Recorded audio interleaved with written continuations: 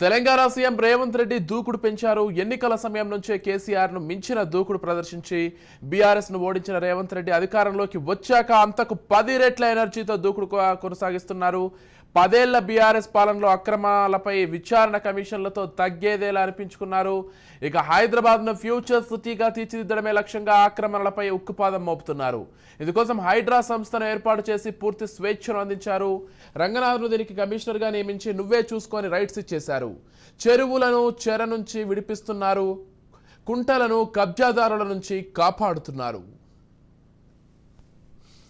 ఈ చెరువులను చెరబట్టిన వాళ్ళ నుంచి విముక్తి కలిగించాలన్న ఏకైక లక్ష్యంతోనే ఈరోజు చెరువులను ఆక్రమించుకున్న వాళ్ళను ఎవరిని వదలకుండా ఉక్కు పాదంతో అణిచివేయాలన్న ఆలోచన, అందులో నిర్మాణాలను ఏ ఒత్తిడి వచ్చినా వెనక్కి తక్కకుండా తొలగించాలన్న ఆలోచనతోనే ఈరోజు ఈ చెరువులలో ఉన్న అక్రమ కట్టడాలను కూలగొడుతున్నాము. దీనికి స్ఫూర్తి భగవద్గీత అనే కురుక్షేత్ర యుద్ధ సందర్భంలో అర్జునుడు ఆయుధాలను కింద పడేసి రాజ్యం కోసం భీష్మ పితామహుడు, అదేవిధంగా కర్ణుడు, దుర్యోధనుడు, దుశ్శాసనుడు నా సహోదరులందరూ ఆ పక్కన నించుంటే రాజ్యం కోసం వాళ్ళందరినీ సంహరించడం, వాళ్ళని సంహరించి రాజ్యాన్ని సాధించుకోవడం ద్వారా ఏమి ఉంటుంది, ఏం మనశ్శాంతి వస్తుంది అని చెప్పి అర్జునుడు యుద్ధతంత్రం నుంచి తప్పుకుంటా అన్నప్పుడు శ్రీకృష్ణ భగవానుడు బోధించిందే భగవద్గీత. చంపేదెవరు, చంపించేదెవరు, లోక కళ్యాణం కోసం నీ బాధ్యతను నెరవేర్చాల్సిందే. ధర్మం బ్రతకాలి, అధర్మం ఓడాలి అంటే నువ్వు యుద్ధం చెయ్యాల్సిందే అనే యుద్ధ నీతిని ఆ రోజు అర్జునుడికి బోధించింది శ్రీకృష్ణ భగవానుడు.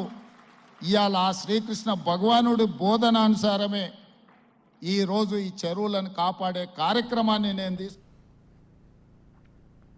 కబ్జాదారుల గుండెల్లో రైళ్లు పరిగెత్తిస్తున్నారు. హైడ్రా బుల్డోజర్లు ఎప్పుడు తమ కట్టడాలపై దూసుకు వస్తాయేమోనని చెరువులు, కుంటలను ఆక్రమించి నిర్మాణాలు చేపట్టిన అక్రమార్కులు ఆందోళన చెందుతున్నారు. హైడ్రా దూకుడు తగ్గించేలా ప్రభుత్వంపై ఒత్తిడి తెస్తున్నారు. ఇప్పటికే చిన్నారులను మత్తులో ముంచుతున్న ఉన్మాదులపై కొరడా చులిపిస్తున్నారు. నాణ్యత పాటించని హోటల్ యజమానులపై ఉక్కుపాదం మోపారు. సర్కార్ అంటే చురుకు పుట్టేలా తెలంగాణలో రేవంత్ రెడ్డి ప్రభుత్వం నలుగురి నోళ్లలో నానుతోంది. 10 నెలలు పూర్తి చేసుకుంటున్న కాంగ్రెస్ సర్కార్ ఇక మీదట తన ముద్ర చూపే దిశగా అడుగులేస్తోంది. ఇప్పుడు హైడ్రాతో చెరువులు, కుంటలను ఆక్రమించిన కబ్జాదారుల భరతం పడుతున్నారు. వాస్తవానికి డిసెంబర్లోని అధికారంలోకి వచ్చిన మధ్యలో లోక్సభ ఎన్నికలతో 2 నెలలు కోడ్ కింద పడిపోయింది. ఆ గ్యాప్ తర్వాత పూర్తిగా ఫోకస్ పెట్టాల్సిన సమయం వచ్చింది.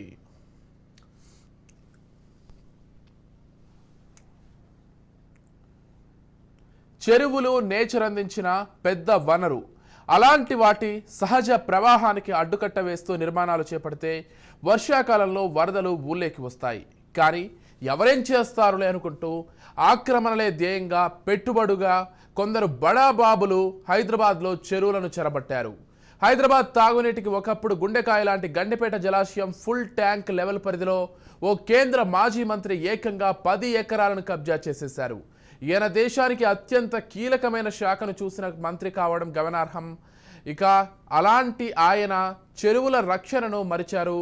గత ఆదివారం గండిపేట, హిమాయత్ సాగర్ జంట జలాశయాల పరిధిలో ఆక్రమణలకు పాల్పడ్డ 10 నిర్మాణాలను కూల్చేశారు. ఇప్పుడు హైడ్రా ఎక్కడ దాడి చేస్తుందోననే ఆందోళన అక్రమార్కుల్లో నెలకొంది.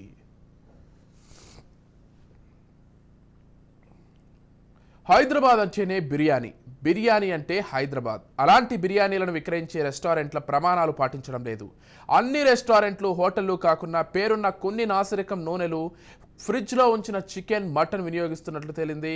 దీంతో ఫుడ్ సేఫ్టీ అధికారులు రంగంలోకి దిగారు. హైదరాబాద్లోనే కాక రాష్ట్ర వ్యాప్తంగా దాడులు చేస్తూ ఆహార ప్రమాణాలపై రాజీ లేదని చాటుతున్నారు.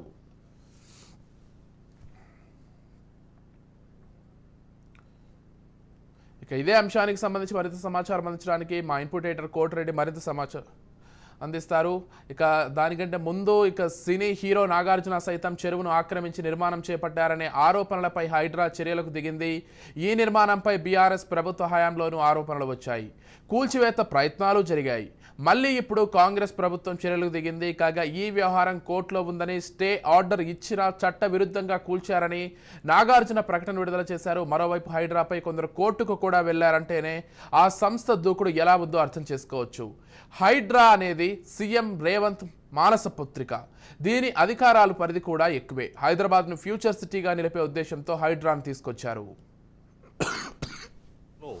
ఇప్పుడు ఎక్కడ విన్నా ఒకే పదం వినిపిస్తుంది, అది హైడ్రా. గత కొద్ది రోజులుగా హైడ్రా తీసుకున్నటువంటి చర్యలు రాష్ట్ర వ్యాప్తంగా కూడా చర్చనీయాంశమయ్యాయి. ప్రధానంగా చూసినట్లయితే చెరువులు, నాళాలు ఆక్రమించడం ద్వారా జరుగుతున్నటువంటి విపత్తును దృష్టిలో పెట్టుకొని ఈ ఆక్రమణదారులు ఎక్కడైతే ఆక్రమించారో వాటి మొత్తాన్ని కూల్చివేస్తున్నటువంటి పరిస్థితి కనిపిస్తోంది. ఇప్పటి వరకు హైడ్రా అధికారులు ఇచ్చినటువంటి నివేదిక ప్రకారం చూస్తే 18 చోట్ల కూల్చివేతలు జరిగాయి. దీని ద్వారా దాదాపు 44 ఎకరాల వరకు స్వాధీనం చేసుకున్నారు. ఇటీవలి కాలంలో చెన్నై కానీ, ముంబై వంటి చోట్ల వచ్చినటువంటి ఉపద్రవాలు మనం చూస్తూ వచ్చాం. ఇన్ని వందల సంవత్సరాల చరిత్ర ఉన్నటువంటి హైదరాబాద్లో దాదాపు 3000కు పైగా చెరువులు ఉన్నాయనేది అధికారిక లెక్కల్లో కనిపిస్తున్నటువంటిది. కానీ ఆచరణలో చూసినట్లయితే చెరువులన్నీ ఆక్రమణలకు గురై అన్ని చోట్ల నిర్మాణాలు వెలియడంతో పూర్తిగా హైదరాబాద్ కూడా ఒక చిన్న వర్షాన్ని కూడా తట్టుకోలేని వాతావరణం కనిపిస్తూ ఉంది. వచ్చినటువంటి చిన్న చిన్న జల్లులకు వరదలాగా వస్తున్నటువంటి నీటితోటి రోడ్లన్నీ నిలిచిపోవడం, ట్రాఫిక్ ఆగిపోవడం, అలాగే లోతట్టు ప్రాంతాలన్నీ కూడా జలమయమై ప్రజలు ఆ నీళ్లలోనే నివసించాల్సినటువంటి పరిస్థితి.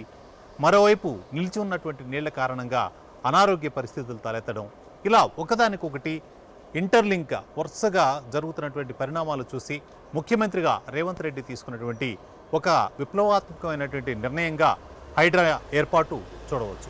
ఇప్పటికే దీనికి రాష్ట్ర వ్యాప్తంగా ఒక సానుకూలమైనటువంటి వాతావరణం వచ్చింది.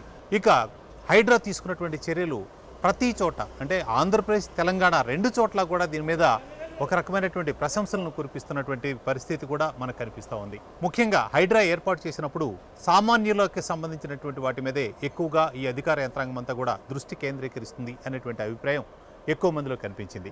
ఎక్కడైతే 18 చోట్ల వాళ్ళు దాడులు చేసి నిర్మాణాలను కూల్చివేశారో, ఈ 18 చోట్ల చూసినట్లయితే సినీ నటుడు నాగార్జునకు సంబంధించినటువంటి ఎన్ కన్వెన్షన్, అలాగే కేంద్ర మాజీ మంత్రి పల్లం రాజుకు సంబంధించినటువంటిది, అలాగే ఎంఐఎంకి సంబంధించినటువంటి ఒక ఎమ్మెల్యే, ఒక ఎమ్మెల్సీకి సంబంధించినటువంటి నిర్మాణాలు, వాటితో పాటు బీఆర్ఎస్ నేతకు సంబంధించినటువంటివి, బీజేపీ నేతకు సంబంధించినటువంటివి, ఇలా ఒక పార్టీ అని లేకుండా అగ్రనాయకులుగా ఉన్నటువంటి కొంతమంది వ్యక్తులకు సంబంధించిన వాటిని కూడా పోల్చడంతో ఈ హైడ్రా దూకుడు ఇంకా కొనసాగుతుందనేటువంటి అభిప్రాయం ఎక్కువ మందిలో వ్యక్తమవుతోంది. చాలా కాలంగా వీటి పట్ల ఉదాసీనంగా వ్యవహరించి ఏ ప్రభుత్వం వచ్చినా కూడా మన బతుకుల్లో మార్పు రాదు, హైదరాబాద్ నగర అభివృద్ధి కూడా ఇలా అంటే సహజంగా జరిగేటువంటి తప్పితే అధికారికంగా ఎలాంటి చర్యలు ఉండవు, ఎందుకంటే ఆక్రమించి ఈ వెంచర్ల రూపంలో వేస్తున్న వాళ్ళు కానీ, ఆక్రమించిన వ్యక్తులు కానీ, వీళ్ళంతా రాజకీయంగా పలుకుబడి కలిగినటువంటి వ్యక్తులు అనేటువంటి అభిప్రాయంతో ఉంది. దాడులు నిర్వహించిన వాళ్ళలో కావేరీ సీడ్స్కు సంబంధించినటువంటి యజమాని కూడా ఈ అభిప్రాయాన్ని మార్చుతూ ఇప్పుడు జరుగుతున్నటువంటి పరిణామాలతోటి మొత్తంగా హైదరాబాద్కు పూర్వ వైభవం తీసుకురావడానికి ఒక ప్రయత్నం జరుగుతుంది అనేటువంటి అభిప్రాయం వస్తూ ఉంది. అయితే ఇందులో కాంగ్రెస్ పార్టీకి సంబంధించినటువంటి వాళ్ళు, అలాగే బీఆర్ఎస్ పార్టీకి సంబంధించిన వాళ్ళు, బీజేపీ పార్టీకి సంబంధించిన వాళ్ళు, ఇంకా కీలకమైనటువంటి నేతలు చాలామంది ఉన్నారనే అభిప్రాయం ఉంది. ఇప్పటికే చిత్రపురి కాలనీ వంటి వాటికి నోటీసులు ఇచ్చి వాటిపైన పరిశీలన చేస్తూ ఉన్నట్లు వాతావరణం తెలుస్తోంది. ఇక పల్లా రాజేశ్వర రెడ్డికి సంబంధించినటువంటి యూనివర్సిటీలకు సంబంధించిన వివరాల మీద కూడా ఒక అంటే పూర్తి స్థాయిలో ఎంత మేరకు ఆక్రమణలు ఉన్నాయి, ఎల్టీఎఫ్ జోన్లో ఎంతవరకు ఉన్నాయి అనేటువంటి వాటి మీద ఒక పరిశోధన జరుగుతోంది. మొత్తంగా ఇప్పుడు జరుగుతున్నటువంటి పరిణామాలను చూసినట్లయితే రాజకీయంగా రేవంత్ రెడ్డి ఒక స్పష్టమైనటువంటి ఒక నిర్ణయంతో ముందుకు వెళ్తున్నారనే దానికి మాత్రం ఆధారంగా ఈ చర్యలు కనిపిస్తూ ఉన్నాయి. సహజంగా కాంగ్రెస్ పార్టీలో ఒక లక్షణం ఉంటుంది. ఒక పార్టీ అంటే ఆ పార్టీలో వాక్ స్వాతంత్రం ఎక్కువ. ప్రతి నాయకుడు అంటే మండల స్థాయి నాయకుడి నుంచి జాతీయ స్థాయి నాయకుల వరకు రకరకాల వ్యక్తులు రకరకాల కామెంట్లతోటి విరుచుకుపడుతూ ఉండడం, ముఖ్యమంత్రిని కానీ పీసీసీ అధ్యక్షుడిని కానీ ఎవరైనా ఎలాంటి మాటలైనా అనొచ్చు అనేటువంటి తరహాని వ్యవహరిస్తూ ఉండడం అనేది గతంలో చాలాసార్లు చూసాం. అయితే వైఎస్ అధికారం చేపట్టిన తర్వాత, వైఎస్ రాజశేఖర రెడ్డి ముఖ్యమంత్రిగా అధికారం చేపట్టిన తర్వాత ఈ విధానం కొంత మారుతూ వచ్చింది.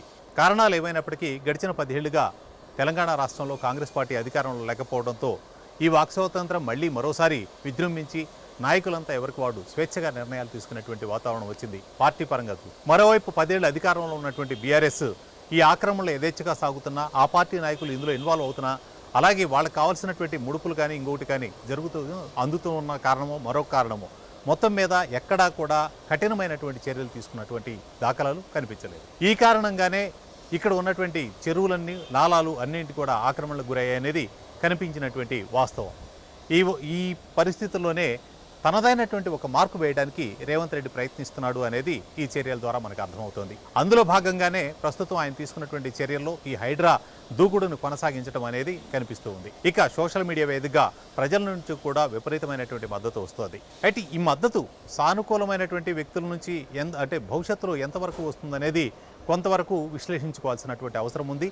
అది ఎందుకంటే ఈ చెరువులు వీటిని ఆక్రమించుకొని నిర్మాణాలు చేసిన వాళ్ళలో మధ్యతరగతి, దిగువ మధ్యతరగతి వ్యక్తులు కూడా ఉన్నారు. ఇప్పటికీ వాళ్ళ జోలి పూర్తిగా పోలేదు కాబట్టి పూర్తి స్థాయిలో దీనిపైన ఒక అంటే ర్యాపిడ్ చేంజ్ వస్తోంది, హైదరాబాద్ మొత్తం కూడా మారుతోంది అనేటువంటి అభిప్రాయం వస్తూ ఉంది. మరోవైపు సహజసిద్ధంగా వ్యక్తుల్లో ఉండేటువంటిది ప్రతి వ్యక్తులు కూడా అంటే రాబిన్హుడ్ తరహాలో పెద్దవాళ్ళని కొట్టి పేదవాళ్ళకు పంచడం అనే దాన్ని ఒక హీరోయిజంగా చూసేటువంటి భావన సామాన్యుడిలో ఉంటుంది. కాబట్టి ఇప్పుడు జరుగుతున్నటువంటి ఈ దూకుడుకి ప్రజల్లో సానుకూలమైనటువంటి మద్దతు వస్తుంది. ఇక సామాన్యుల జోలి వచ్చినప్పుడు ఎలా ఉంటుందనేది తెలియదు. అలాగే ఇప్పుడు హైడ్రా ఇప్పటికే ఒక నివేదిక రూపొందించింది. ఇందులో చాలామంది ప్రముఖులకు సంబంధించినటువంటి వివరాలు కూడా ఉన్నాయనేటువంటి అభిప్రాయం వస్తుంది. సో వీటన్నింటినీ కూడా కొట్టి మొత్తంగా చెరువులన్నింటినీ పునరుద్ధరించేట్లయితే భవిష్యత్తులో ఎలాంటి విపత్తు, నీటి విపత్తు అంటే వర్షం కారణంగా కానీ వరదల కారణంగా కానీ ప్రజలకు ఎలాంటి ఇబ్బంది లేకుండా చేయడానికి ఆస్కారం ఏర్పడుతుంది అనేది వాస్తవం. ఏ విధంగా చూసినప్పటికీ ముఖ్యమంత్రిగా రేవంత్ తనదైన మార్కును వేసేందుకు, తన ప్రయత్నాన్ని కొనసాగించేందుకు ముందడుగు వేస్తూ ఉన్నటువంటి తీరు మాత్రం ప్రశంసనీయం. డ్రగ్స్, గంజాయిపై రేవంత్ సర్కార్ ఉక్కు పాదం మోపుతోంది.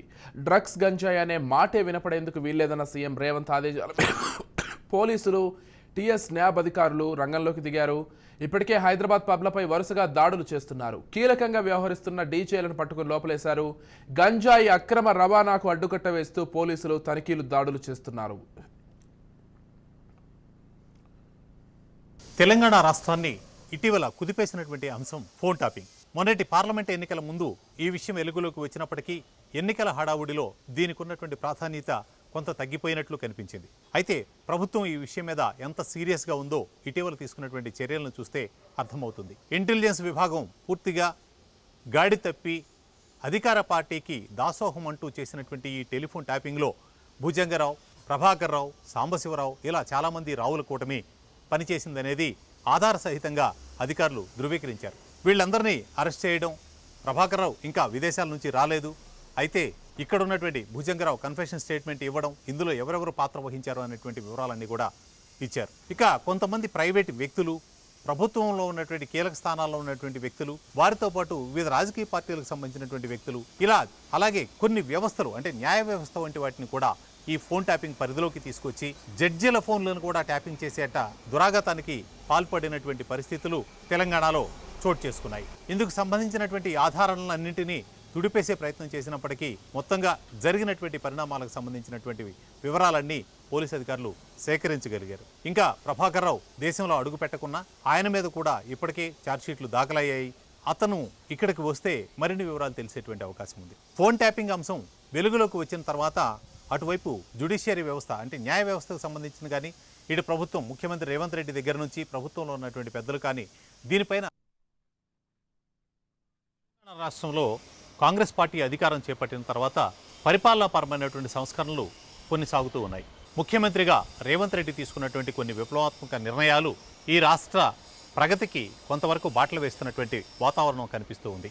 కాంగ్రెస్ పార్టీలో ఉన్నటువంటి వాక్ స్వాతంత్రం కంటే కూడా తనదైనటువంటి మార్కును చూయించడానికి రేవంత్ రెడ్డి ప్రయత్నిస్తూ ఉన్నారు. దానికి ప్రజల నుంచి కూడా కొంత సానుకూలత వ్యక్తమవుతూ ఉంది. ఇక హైదరాబాద్ అనగానే ఇటీవల కాలంలో బాగా వినిపిస్తున్నటువంటి పేరు డ్రగ్స్. మత్తు పదార్థాలకు యువత ఎంతగా చిత్తవుతుందో అనేది అందరికీ తెలిసినటువంటి విషయమే. అయితే డ్రగ్స్ రహిత హైదరాబాద్ను రూపొందించాలనేటువంటి క్రమంలో రేవంత్ రెడ్డి తీసుకుంటున్నటువంటి చర్యలు, పోలీసులకు ఇచ్చినటువంటి స్వేచ్ఛ ముఖ్యంగా గమనించాలి. ఇటీవలి కాలంలో డ్రగ్స్కి కేంద్ర స్థానాలుగా ఉంటున్నటువంటి పబ్బుల మీద విపరీతంగా దాడులు నిర్వహిస్తూ ఉన్నారు. ప్రతి వారం ప్రతి పబ్బు పైన ఏదో సందర్భంలో ఒక దాడి జరుగుతూ వస్తోంది. పోలీసులు చేస్తున్నటువంటి ఈ దాడుల్లో మాదక ద్రవ్యాలు, మత్తు పదార్థాలు లేదంటే గంజాయి వంటి సహసిద్ధమైనటువంటివి కూడా లభ్యమవుతున్నటువంటి సందర్భాలు ఎక్కువగా కనిపిస్తున్నాయి. దీనిపై కేసులు బుక్ చేయడం, బాధితుల్ని ఒకవైపు, బాధ్యులను ఒకవైపు మొత్తం మీద కేసులు బుక్ చేసి దీన్ని నియంత్రించేటువంటి చర్యలు చేపడుతూ ఉన్నారు. నిజానికి కొంతకాలంగా వినిపిస్తున్నటువంటి ప్రధానమైనటువంటిది డ్రగ్స్కి హైదరాబాదే కేంద్ర స్థానంగా అయింది. వివిధ దేశాల నుంచి ఇక్కడికి కొంతమంది ప్రత్యేకంగా దీన్ని సరఫరా చేస్తున్నారు. ఈ డీజేలకు సంబంధించినటువంటి వ్యవహారం అంతా కూడా నడుస్తుంది అనేటువంటి అభిప్రాయాలు కూడా వ్యక్తం అవుతున్నాయి. కనిపిస్తున్నటువంటి కారణం గత ప్రభుత్వ హయాంలో కొంతమంది ఉన్నతాధికారులు కూడా ఈ డ్రగ్స్ డీలర్లకు సంబంధించి సహకరించారనేటువంటి అభిప్రాయం వ్యక్తమవుతూ వస్తోంది. ఎంతమంది సహకరించారు, దీని వెనక ఎంతమంది రాకెట్ ఉన్నారు అనేటువంటి దానికంటే కూడా ప్రస్తుతం వీటిని నియంత్రించడానికి తీసుకోవాల్సిన చర్యలపైనే ఎక్కువగా పోలీసు యంత్రాంగం దృష్టి కేంద్రీకరించిందనేది కనిపిస్తున్నటువంటి వాస్తవం. ఇప్పటికీ చాలా చోట్ల డ్రగ్స్కి సంబంధించినటువంటి వ్యక్తులందరూ పోలీసుల అదుపులోకి రావడం, ఆ తర్వాత రకరకాల కారణాలతోటి బెయిళ్లతో కొంతమంది బయట తిరుగుతున్నప్పటికీ ఈ డ్రగ్స్కి సంబంధించినటువంటి వ్యక్తులపైన మాత్రం కఠినమైన చర్యలు తీసుకునే దిశగా ప్రభుత్వ యంత్రాంగం, పోలీసులు చర్యలు తీసుకుంటున్నారు. అయితే వివిధ ప్రాంతాల నుంచి, ప్రధానంగా నైజీరియా ప్రాంతం నుంచి వచ్చినటువంటి కొంతమంది వ్యక్తులు స్థానికంగా ఉన్నటువంటి మరికొందరితోటి ఇక్కడ వ్యాపారవేత్తల అవతారం అయితే వ్యాపారం పేరుతోటి డ్రగ్స్ను సరఫరా చేస్తున్నటువంటి కొంతమందితో కలిసి ఈ పెడ్లర్లు అందరూ కూడా రకరకాలుగా సరఫరా చేస్తున్నటువంటిది కనిపిస్తూ ఉంది. కొంతమంది వ్యక్తుల పేర్లు ఇందులో గతంలో ఎఫ్ఐఆర్లో నమోదైనప్పటికీ వాళ్ళు యథేచ్ఛగా బయట తిరుగుతూ గోవా వంటి చోట్ల నుంచి బస్సుల్లో రవాణా చేస్తున్నారనేటువంటి వార్తలు కూడా వస్తూ ఉన్నాయి. కేజీల కొద్దీ హెరాయిన్, కుకైన్ వంటివి మాదక ద్రవ్యాలను తీసుకొచ్చి ఇక్కడ సరఫరా చేస్తూ ప్రధానంగా యువతను టార్గెట్ చేసుకుంటూ పబ్బులనే కేంద్రాలుగా చేసుకొని వీటి వినియోగాన్ని ఎక్కువగా చేస్తున్నారనేటువంటిది తెలుస్తున్నటువంటి సమాచారం. దీనిపైనే దృష్టి పెట్టినటువంటి పోలీసు యంత్రాంగం డ్రగ్స్ రహిత హైదరాబాదును రూపొందించే క్రమంలో చాలా తీవ్రమైనటువంటి కసరత్తు చేస్తోంది. ఇందుకు గాను పోలీసు యంత్రాంగం మొత్తానికి కూడా ముఖ్యమంత్రిగా రేవంత్ రెడ్డి రాజకీయపరమైన లేదా పారిశ్రామిక వ్యక్తుల నుంచో మరొక వ్యక్తుల నుంచో ఒత్తిడి రాకుండా ఉండేందుకు కావలసినటువంటి స్వేచ్ఛనివ్వడం ద్వారా డ్రగ్స్ రహిత హైదరాబాద్ రూపకల్పనకు ఒక అడుగు ముందుకు వేశారు. ఇది ఎప్పటికీ ఈ కళ సాకారం అవుతుందనేది చెప్పలేకపోయినప్పటికీ గతంతో పోల్చినట్లయితే కొంతవరకు డ్రగ్స్ వినియోగం నియంత్రణలో ఉందనేది వాస్తవం. అయితే ఇప్పటికీ వివిధ ప్రాంతాల నుంచి సరఫరా చేసేటువంటి వ్యక్తులు, ప్రధానంగా గోవా ప్రాంతం నుంచి తీసుకొచ్చి ఇక్కడ విక్రయిస్తున్న వ్యక్తులు చాలామంది ఉన్నారు. వాళ్ళని కూడా నియంత్రించాల్సినటువంటి అవసరం ఉంది. అలాగే చట్టపరంగా మాదక ద్రవ్యాలకు పట్టిపోతే ఎవరికి కూడా బెయిల్ రాదు, నాన్ బెయిలబుల్ అనేటువంటి ఒక అభిప్రాయం ఉండేది. కానీ చాలామంది బెయిల్పై బయటికి రావడం కొంత విచిత్రంగా ఉంది. అంటే వీరికి సంబంధించినటువంటి కొద్దిగా చట్టాల్లో కొన్ని మార్పు చేర్పులైనా చేయడం, లేదా వారికి సంబంధించి రాష్ట్ర బహిష్కరణ వంటి కఠినమైనటువంటి శిక్షలు విధించడం ద్వారా వారిని పూర్తిగా నియంత్రించేటువంటి అవకాశం ఉంటుంది అనే అభిప్రాయం ఉంది. ఓవరాల్గా మొత్తంగా చూసినట్లయితే మనకి దీనికి సంబంధించినంత వరకు డ్రగ్స్ రహిత హైదరాబాద్ రూపకల్పనలో ముఖ్యమంత్రి తీసుకుంటున్నటువంటి చర్యలు సత్ఫలితాలు ఇస్తున్నాయనేది వాస్తవం. నగర ప్రజలకు, తర్వాత తెలంగాణ రాష్ట్ర ప్రజలకు అందరికీ కూడా నేను విజ్ఞప్తి ఏంటంటే, దయచేసి డ్రగ్స్ బారిన పడకండి. ఇట్లాంటి డేంజరస్ ప్రోడక్ట్స్ మీరు పార్టీల్లోకి వెళ్ళినప్పుడు కూల్ డ్రింక్లో కూడా కల్పించే అవకాశం ఉంటుంది. సో ముఖ్యంగా యువకులు మీరు ఇట్లాంటి పార్టీలకు ఈ అనుమానాస్పదంగా ఉండి అనుమానాస్పద వ్యక్తులు, అటువంటి వ్యక్తులు ఇచ్చే పార్టీలకు తెలిసిన వాళ్ళైనా తెలియని వాళ్ళైతే అసలు పోకూడదు.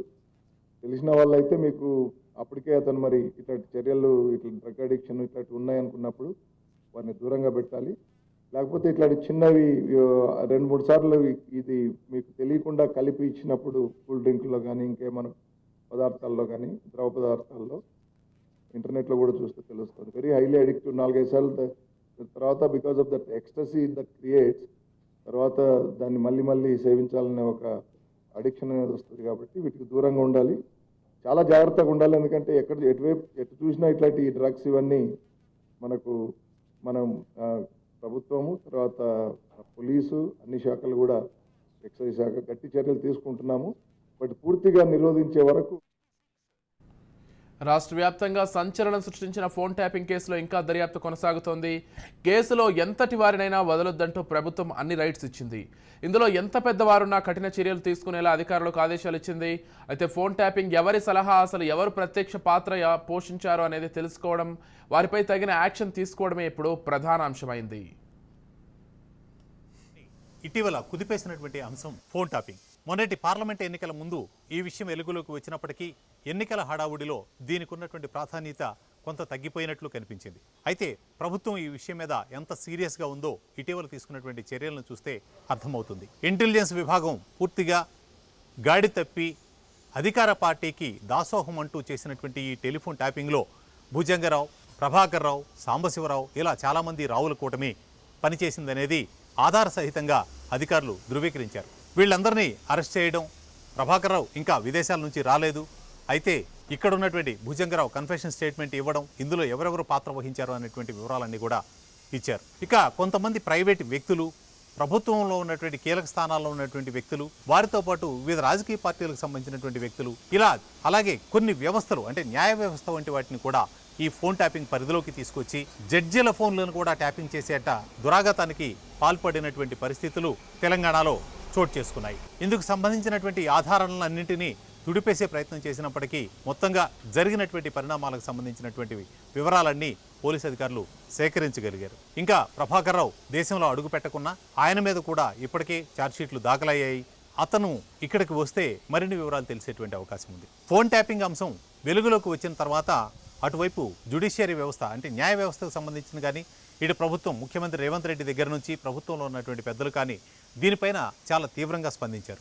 ఎన్నికల సమయంలో అంటే మునగోడు, హుజూరాబాద్ వంటి ఉప ఎన్నికల దగ్గర నుంచి మొన్న జరిగినటువంటి అసెంబ్లీ ఎన్నికల వరకు డబ్బు సరఫరా కూడా ఈ ఇంటెలిజెన్స్ విభాగాన్ని వాడుకోవడం, అలాగే ప్రత్యర్థుల్ని కట్టడి చేయడానికి ఇదే ఫోన్ ట్యాపింగ్ ఆయుధాన్ని ప్రయోగించడం, ఎక్కడెక్కడ డబ్బు సరఫరా అవుతుందో తెలుసుకుని వాటన్నిటిపైన దాడులు చేయడం వంటి చర్యలు తీసుకోవడంతో ప్రత్యర్థుల్ని కట్టడి చేయడానికి వాళ్ళు చేసినటువంటి అధికార పార్టీ అంటే గతంలో అధికారంలో ఉన్నటువంటి బీఆర్ఎస్ పార్టీ చేసినటువంటి ప్రయత్నాలపైన తీవ్రమైనటువంటి ఆగ్రహం వ్యక్తమైంది. ఇక ఫోన్ ట్యాపింగ్ ఎప్పుడూ జరుగుతూ ఉంది అని చెప్పి అటు బీజేపీ, కాంగ్రెస్ నేతలు ఎప్పటి నుంచో చెప్తున్న ప్రభుత్వానికి తెలిసే జరిగింది అనే అభిప్రాయం వ్యక్తం చేసినప్పటికీ దానికి సంబంధించి ప్రభుత్వం ఎప్పుడూ అంగీకరించిన దాఖలాలు కనిపించలేదు. విషయం వెలుగులోకి వచ్చిన తర్వాత, ప్రభుత్వం మారుతోందని తెలిసిన తర్వాత బీఆర్ఎస్ అధికారం కోల్పోతున్న సందర్భంలోనే ఈ ఆధారాలు ధ్వంసం చేసేటువంటి ప్రయత్నం చేశారు. అందులో భాగంగానే హార్డ్ డిస్కులతో సహా పూర్తిగా ధ్వంసం చేసేటువంటి ప్రయత్నం చేశారు. అయితే ముఖ్యమంత్రిగా రేవంత్ రెడ్డి బాధ్యతలు చేపట్టిన తర్వాత ఈ అంశంపైన చాలా సీరియస్ యాక్షన్కి దిగారు. ఇదే సమయంలో కొంతమంది జడ్జీలకు సంబంధించిన ఫోన్లు కూడా ట్యాప్ చేశారనేటువంటి దాంతో సుమోటోగా జ్యుడిషియరీ మొత్తం దీన్ని సుమోటోగా తీసుకునేటువంటి ప్రయత్నం చేసింది. ఇప్పటికీ దీనికి సంబంధించినటువంటి నిందితులుగా ఉన్న వ్యక్తులు బెయిల్పై బయటకు వచ్చినప్పటికీ దీనికి సంబంధించిన శిక్షలు అంటే విచారణ జరిగిన తర్వాత ఈ ఆధారాలన్నీ దొరికిన తర్వాత వీళ్ళకు శిక్షలు ఖరారయ్యేటువంటి అవకాశమే ఎక్కువగా కనిపిస్తోంది. లోకల్గా ఉన్నటువంటి చాలామంది వ్యాపారవేత్తలను వారి యాక్టివిటీస్ పైన నిఘా పెట్టి వాళ్ళ ఫోన్లన్నీ ట్యాప్ చేసి గతంలో అంటే ఆ పార్టీ ఉన్నటువంటి అధికారంలో ఉన్న బీఆర్ఎస్ పార్టీకి రకరకాల పేర్లతోటి అంటే ఎలక్టోరల్ బాండ్స్ రూపంలో నిధులు సమీకరించడమే కాకుండా మధ్యవర్తులుగా వ్యవహరించి లేదా బ్రోకర్లుగా వ్యవహరించినటువంటి కొంతమంది సాంబశివరావు లాంటి వ్యక్తులకు డబ్బు వసూలు చేసుకోవడానికి అవకాశం కల్పించినటువంటి పరిస్థితి ఫోన్ ట్యాపింగ్ ద్వారానే జరిగింది. సో ఇలా ఈ పరిస్థితులన్నిటినీ గమనించిన తర్వాత ఇటీవలనే జరిగినటువంటి విలేకరుల సమావేశంలో కూడా సిపి శ్రీనివాసరెడ్డి చెప్పినటువంటి మాట ఫోన్ ట్యాపింగ్ అంశంలో చాలా కీలకమైనటువంటి నిర్ణయాలు ఉన్నాయి, దీనికి సంబంధించి ఏ ఒక్కరిని వదిలిపెట్టే ప్రసక్తి లేదు అని చెప్పారు. ఇందులో నిందితులుగా అంటే ఎవరెవరు నిందితులుగా ఉన్నారో, ఎవరెవరు ఇందులో పాత్ర పోషించారో వారందరికీ దీనికి సంబంధించినటువంటి సమాచారం తెలుసు కాబట్టి కొంతమంది విదేశాలకు పారిపోయే ప్రయత్నాలు చేస్తున్నారనేటువంటి వార్తలు కూడా వస్తున్నాయి. ప్రధాన నిందితులుగా ఉన్నటువంటి వ్యక్తులు ఎవరైతే ఉన్నారో వారికి సంబంధించినటువంటి వివరాలు తెలిసినప్పటికీ ఇందులో సెకండ్ క్యాడర్గా ఉన్నటువంటి వ్యక్తుల అరెస్టులు చాలా త్వరగా జరిగేటువంటి అవకాశం ఉంది అనే అభిప్రాయం వ్యక్తమవుతోంది. పోలీసులు అటు ప్రభుత్వము తీసుకుంటున్నటువంటి చర్యల కారణంగా ఇందులో సెకండ్ గ్రేడ్గా ఉన్నటువంటి అంటే అధికారంలో ఉన్నటువంటి ఉన్నతాధికారులుగా ఉన్నటువంటి పోలీసు అధికారులు చేసినటువంటి ఇదంతా ఒకవైపు చూస్తే వారికి సహకరించి మధ్యవర్తిత్వాలు వహించినటువంటి ఈ సాంబశివరావు లాంటి ఈ సెకండ్ క్యాడర్ మొత్తాన్ని కూడా అరెస్ట్ చేయడానికి రంగం సిద్ధమవుతుందనేటువంటి వార్తలు వస్తున్నాయి. బహుశా ఈ వారంలో దీనికి సంబంధించినటువంటి చర్యలు తీసుకునే అవకాశం ఉంది. ముఖ్యమంత్రిగా రేవంత్ రెడ్డి దీనికి సంబంధించినటువంటి అంశాలే కాదు రాష్ట్ర ప్రగతికి సంబంధించినటువంటి చాలా అంశాలపైన ఒక స్పష్టమైనటువంటి విజన్తో ముందుకు వెళ్తున్నారు అని చెప్పడానికి హైడ్రా ఏర్పాటు, ఫోన్ ట్యాపింగ్ కేసు, అలాగే డ్రగ్స్ రహిత హైదరాబాద్ ఏర్పాటు ఇలాంటి కీలకమైనటువంటి అంశాల మీద ఆయన తీసుకుంటున్నటువంటి కఠినమైన నిర్ణయాలు మన కళ్ళ ముందు కనిపిస్తూ ఉన్నాయి. So we are see the case will go ahead once these main people are arrested and they are now absconding and certainly misusing. We have written to even the US Government Consul General also then they are misusing the other countries' visas. So we are hopeful in the coming days. Blue corner వల్ల మనకు అంత effect ఏమి ఉండదు. వాళ్ళు ఎక్కడ ఉన్నారో చెప్తున్నారు కానీ but they blue corner we can't ask the government of US to produce them, to pick them up and then hand over here. But red corner notice is something by which we can ask. They will do it also. ఇక రేవంత్ దూకుడును నెటిజన్లు స్వాగతిస్తున్నారు. ప్రజల కోసం చేపడుతున్న పనులను అడ్డుకోవద్దని ఆపొద్దని కోరుతున్నారు. ఎన్నో ఏళ్లుగా పట్టించుకోని ఆక్రమణలపై రేవంత్ రెడ్డి కొరడా జులిపించడాన్ని అభినందిస్తున్నారు. చెరువులను కబ్జా చేసి నిర్మించిన భవంతులను హైడ్రా ద్వారా కూల్చేస్తున్నారని చెబుతున్నారు. యువతను పట్టి పీడిస్తున్న డ్రగ్స్ గంజాయి అరికట్టిస్తున్నారని, వాటిపై యుద్ధం చేస్తున్నారని కొనియాడుతున్నారు. ఇక నాణ్యత లేని ఆహారం తయారు చేస్తున్న హోటళ్లపై రైడ్ చేస్తున్నారంటున్నారు. ఐటీవీ ఇప్పటివరకు ఉన్నటువంటి updates. Keep watching Raj news.